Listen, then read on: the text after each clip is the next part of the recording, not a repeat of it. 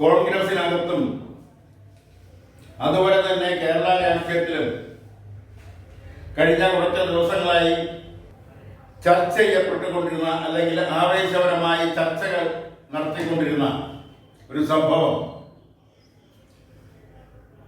ആ സംഭവത്തെ ഒരു രാഷ്ട്രീയ നാടകമായി കാണുകയാണെങ്കിൽ ആ രാഷ്ട്രീയ നാടകത്തിന്റെ ഒന്നാം ഭാഗം കഴിഞ്ഞു, കട്ടൻ വീണു.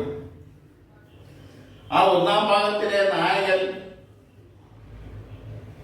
ഒരു കോൺഗ്രസ് MLA, യുവ MLA ശ്രീ രാഹുൽ മാങ്കൂട്ടത്തിലായിരുന്നു. അദ്ദേഹത്തിന് കഴിഞ്ഞ ദിവസങ്ങളിലൊക്കെ വളരെ ആകാംക്ഷയോടെയാണ് രാഷ്ട്രീയ കേരളം എന്ന് പറയുന്നതിനേക്കാൾ നല്ലത് കോൺഗ്രസുകാർ നോക്കിക്കണ്ടിരുന്നത്. ആ പ്രശ്നം ഇത്രയധികം വഷളാക്കിയതിൽ മറ്റ് രാഷ്ട്രീയ പാർട്ടികളെക്കാൾ പങ്ക് കൂടുതൽ കോൺഗ്രസിലാണ്. ആ രാഷ്ട്രീയ നാടകത്തിന്റെ ഡയറക്ടർ VD സതീശനും എക്സിക്യൂട്ടീവ് ഡയറക്ടർ K മുരളീധരനും കോ ഡയറക്ടേഴ്സ്മാരായിട്ട് സണ്ണി ജോസഫും രമേശ് ചെന്നിത്തലയും ഒക്കെയായിരുന്നു. ബിന്ദു കൃഷ്ണ അതുപോലുള്ള ഷൈമാൻ ഉസ്മാൻ തുടങ്ങിയ വനിതാ നേതാക്കളെല്ലാം തന്നെയും ആ നാടകത്തിലെ നടീനടന്മാരായിട്ട് സങ്കല്പിക്കുകയാണെങ്കിൽ അവരെല്ലാവരും തന്നെയും നടന്മാര് ആയിരുന്നു. പലരും മത്സരിച്ചാണ് അഭിനയിച്ചത്. ഡയലോഗുകളെല്ലാം തന്നെയും കാണാപഠിച്ച് വളരെ കറക്റ്റായി അവതരിപ്പിച്ച കാര്യത്തിൽ അവിടെ എല്ലാവരും വിജയിച്ചു. അങ്ങനെ ഒന്നാം ഭാഗം കട്ടൻ വീണു. ഇനി രണ്ടാം ഭാഗത്തിലുള്ള തയ്യാറെടുപ്പിലാണ്. സംഭാഷണങ്ങളെല്ലാം കാണാപഠിച്ചുകൊണ്ടിരിക്കുന്നു. എങ്ങനെയെല്ലാം അത് അവതരിപ്പിക്കാൻ കഴിയുമോ അത് വളരെ ഭംഗിയായി അവതരിപ്പിക്കുന്നതിന് വേണ്ടിയുള്ള അണിയറ ശ്രമങ്ങൾ നടന്നുകൊണ്ടിരിക്കുന്നു. അതിന്റെ കർത്തന് പിന്നിൽ പ്രവർത്തിക്കുന്നവരെല്ലാം തന്നെയും സജീവമാണ് രണ്ടാം ഭാഗം അവതരിപ്പിക്കുന്നതിന് വേണ്ടി. ഇവിടെ എടുത്തു പറയേണ്ടുന്ന ഒരു കാര്യം, ഈ വിഷയം മറ്റാരേക്കാളും മറ്റ് രാഷ്ട്രീയ പ്രസ്ഥാനത്തിലുള്ളവരെക്കാളും കൂടുതൽ ഉത്സാഹഭരിതരായി ചർച്ച ചെയ്യപ്പെട്ടത് അത് പ്രാദേശികമായിട്ടായാലും ജില്ലാ നിലയിലായാലും സംസ്ഥാന നിലയിലായാലും ഒരു ഘട്ടത്തിൽ കേന്ദ്ര നേതൃത്വത്തിന് വരെ ഇടപെടിച്ചുകൊണ്ട് കോൺഗ്രസുകാർ അത് പരമോന്നത നിലയിലെത്തിച്ചു എന്ന് പറയുന്നതായിരിക്കും ശരി. ഈ നാടകം നോക്കിക്കാണുക മാത്രമാണ് ഇടതുപക്ഷ മുന്നണിയും LDF-ഉം BJP ചെയ്തത്. അവരതിന് വേണ്ടുന്ന കയ്യടി കൊടുക്കുക മാത്രമാണ് ചെയ്തത്. ഇതിനു മുമ്പും ഇതുപോലുള്ള സ്ത്രീ വിഷയവുമായി ബന്ധപ്പെട്ട നിരവധി പ്രശ്നങ്ങൾ കേരളത്തിലുണ്ടായിട്ടുണ്ട്. അത് PT ചാക്കോ തൊട്ട് ഇങ്ങോട്ട് എടുത്തു നോക്കിയാൽ നീല ലോഹിതദാസ്, PJ ജോസഫ്, ജോസ് തെറ്റയ്യൽ, ഗണേഷ് കുമാർ തുടങ്ങി AK ശശീന്ദ്രൻ വരെയുണ്ട്. ഇവർക്കെല്ലാം പലപ്പോഴും മന്ത്രി സ്ഥാനം ഒഴിയേണ്ടി വന്നിട്ടുണ്ട്. പക്ഷേ ഒരു MLA, അതും ഒരു വർഷം മാത്രം പൂർത്തിയാക്കുന്ന ഒരു MLA, ആ MLA രാജിവെപ്പിക്കുന്ന സ്ഥിതിയിലേക്ക് ആ വിഷയം വളർന്നു വയ്ക്കൊണ്ടിരിക്കുന്നു.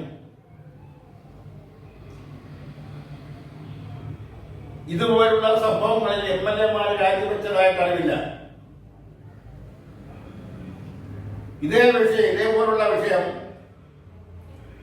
ഒരു LDF MLA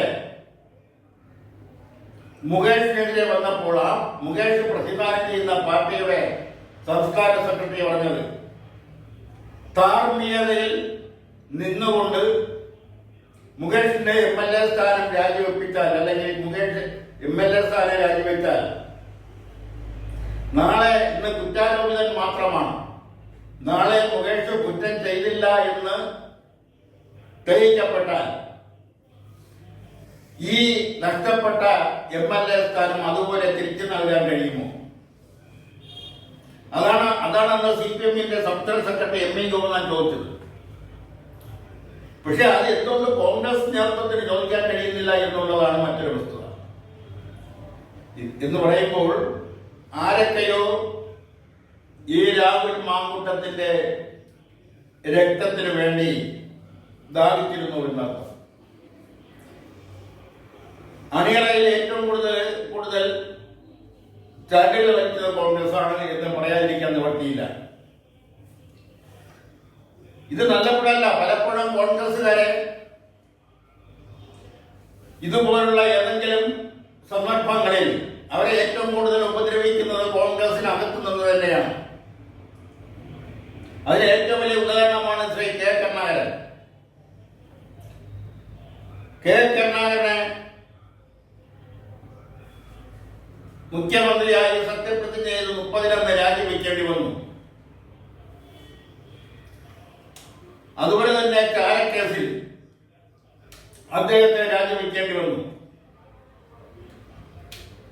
ആദ്യത്തെ വിഷയത്തിൽ കോടതിയിൽ കൊടുത്ത തെറ്റായ ഒരു സത്യവാങ്മൂലം, അതിന്റെ ഫലമായിട്ടാണ് അന്ന് രാജിവെക്കേണ്ടി വന്ന രാജകേസുമായി ബന്ധപ്പെട്ട്.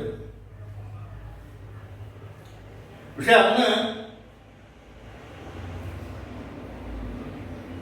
ശത്രുക്കൾ, അതായത് രാഷ്ട്രീയ ശത്രുക്കൾ കൊലയാളി കരുണാകരൻ എന്ന് വിളിച്ചപ്പോൾ അത് ഏറ്റി വിളിച്ചവരാണ് ഒരു വിഭാഗം കോൺഗ്രസുകാർ. മറ്റു വിഭാഗം കോൺഗ്രസുകാരാവട്ടെ കൈകാരി കരുണാകരൻ എന്ന് വിളിച്ചാക്കി. അദ്ദേഹത്തെ അന്ന് എല്ലാ വിധത്തിലും ഒറ്റപ്പെടുത്തി.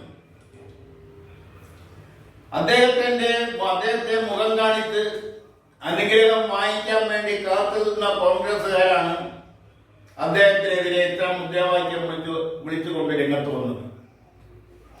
പിന്നീട് അദ്ദേഹത്തിന്റെ അനുഗ്രഹം വാങ്ങാൻ വീണ്ടും കാത്തു നിൽക്കുന്ന കാഴ്ചയാണ് പിന്നെ കാണാൻ കഴിഞ്ഞിട്ടുള്ളത്. അപ്പൊ കോൺഗ്രസിനകത്ത് ഇതൊക്കെ സർവ്വസാധാരണമാണ് എന്നർത്ഥം. ഒരാളിനെ ഇല്ലാതാക്കിയ, ഒരാളിനെ രാഷ്ട്രീയമായി ഇല്ലാതാക്കിയാൽ അയാൾ വഹിച്ചിരുന്ന പദവികൾ എങ്ങനെ തട്ടിയെടുക്കാം എന്ന് ചിന്തിക്കുന്നവരാണ് രാഷ്ട്രീയക്കാരിൽ ബഹുഭൂരിപക്ഷം, പ്രത്യേകിച്ചും ഒരാൾക്കൂട്ടം പോലെയുള്ള കോൺഗ്രസിനകത്ത്. അതൊരു കേഡർ പാർട്ടിയല്ല. കേഡർ പാർട്ടികളിൽ പോലും ഇത്തരം സന്ദർഭങ്ങളിൽ കാര്യവാലകൾ നടക്കാറുണ്ട്. എന്തായാലും രണ്ടാം ഭാഗത്തിലേക്ക്, നാടകത്തിന്റെ രണ്ടാം ഭാഗത്തിലേക്കുള്ള തയ്യാറെടുപ്പിലാണ്. ഒന്നാം ഭാഗത്തിൽ അഭിനയിച്ചവർ തന്നെയാണ് രണ്ടാം ഭാഗത്തിലും അഭിനയിക്കാൻ തയ്യാറായി നിൽക്കുന്നത്, കർത്തന്റെ പിന്നിൽ തയ്യാറായി നിൽക്കുന്നത്. അതിന്റെ അവസാനം എന്താവുമെന്ന് കേരള രാഷ്ട്രീയം, കേരളത്തിലെ സാമാന്യ ജനങ്ങൾ പോലും ഇപ്പോൾ നോക്കിക്കൊണ്ടിരിക്കുകയാണ്. രാഹുലിന് ഹൈക്കോടതി മുൻകൂർ ജാമ്യം കൊടുക്കുമോ, അല്ലെ ജില്ലാ കോടതി ജാമ്യാപേക്ഷ തള്ളിയതുപോലെ ഹൈക്കോടതി തള്ളുമോ എന്നെല്ലാം ആകാംക്ഷയോടെയാണ് കേരള രാഷ്ട്രീയം നോക്കിക്കാണുന്നത്. എന്തായാലും ഇതാരും മോശക്കാരല്ല. ഈ വലിയ കോലാഹലം ഉണ്ടാക്കുന്ന നേതാക്കന്മാരുടെയൊക്കെ കഴിഞ്ഞകാല ചരിത്രം എടുത്തു നോക്കിയാൽ ഇതുപോലുള്ള ചെറുതും വലുതുമായ സംഭവങ്ങൾ അവരുടെ ജീവിതത്തിലൊക്കെ ഉണ്ടായിട്ടുണ്ട്. അതൊന്നും എടുത്തു പറഞ്ഞ് ഇവിടെ ഒരു വിഷയമാക്കാൻ ഉദ്ദേശിക്കുന്നില്ല. എന്തായാലും രാഹുൽ മാങ്കൂട്ടത്തിൽ എന്ന് പറയുന്ന ഒരു ചെറുപ്പക്കാരന്റെ രാഷ്ട്രീയ ഭാവി ഏകദേശമൊക്കെ ഇല്ലാതായിക്കൊണ്ടിരിക്കുകയാണ്. അത് ഇല്ലാതാക്കുന്നതിന് വേണ്ടി ഏറ്റവും കൂടുതൽ ശ്രമകരമായ പങ്ക് വഹിച്ചത് കോൺഗ്രസുകാർ തന്നെയാണ്. ഇതിൽ നിന്ന് ഒരു കാര്യം മനസ്സിലാക്കാനുള്ളത്, തങ്ങൾക്ക് ചുറ്റും നിൽക്കുന്ന സ്തുതിപാഠകർ അവരൊരു ചെറിയ ബാലൻസ് തെറ്റുമ്പോൾ, അത് ഏത് കാര്യത്തിലായാലും അവരെല്ലാം മാറി നിന്ന് തനിക്കെതിരെ കൈകൊണ്ടുമെന്നും എന്തെല്ലാം തനിക്കെതിരെ പറയാൻ കഴിയുമോ അതെല്ലാം ഉച്ചത്തിൽ വിളിച്ചു പറയുമെന്നും ഒക്കെ